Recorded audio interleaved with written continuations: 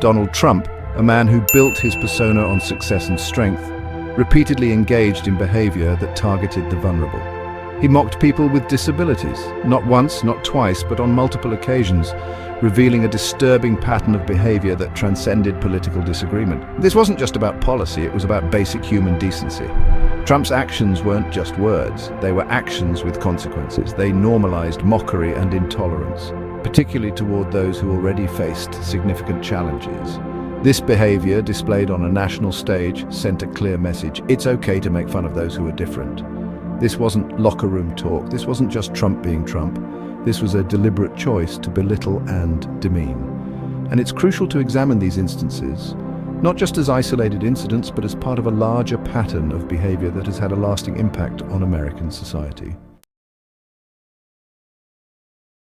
One of the most egregious examples of Trump's mockery involves Serge Kovaleski, a respected reporter with arthrogryposis, a condition that affects joint movement. In 2015, while discussing his debunked claims about Muslims celebrating on 9/11s, Trump flailed his arms and imitated Kovaleski's physical mannerisms. The image was chilling. Here was a presidential candidate on camera deliberately mocking a disabled person. Trump denied any ill intent, but the damage was done. The message was clear. It's open season on anyone who dares to question him, especially if they're different. Kovaleski, for his part, handled the situation with grace and dignity. But the incident sparked outrage, with many condemning Trump's actions as cruel and unacceptable. It raised serious questions about his character and fitness for office. The Kovaleski incident was not an isolated one.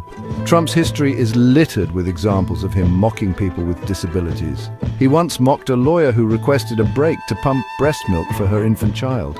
He made fun of a sound technician's hearing impairment. These weren't off-the-cuff remarks, they were calculated attempts to demean and humiliate. Trump seemed to revel in the discomfort of others, using their differences as weapons against them.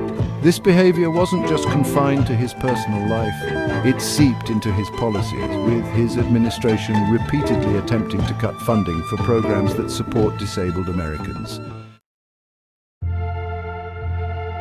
Section 4. The impact on public discourse, normalizing mockery and intolerance. Trump's actions have had a chilling effect on public discourse. By repeatedly engaging in this type of behavior, he normalized mockery and intolerance, particularly toward marginalized groups. He emboldened others to follow suit, creating a climate where it became more acceptable to target and demean those who are different. This has had a real-world impact. Reports of bullying and discrimination against disabled people have increased since Trump took office. This isn't a coincidence. When the most powerful person in the country feels emboldened to mock the vulnerable, it sends a clear message about what's acceptable. This erosion of civility and empathy is perhaps the most dangerous legacy of Trump's presidency. Section 5.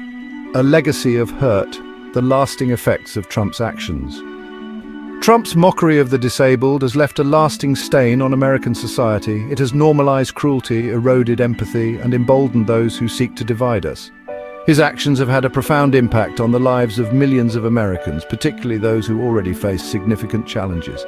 The fight for equality and inclusion is an ongoing one.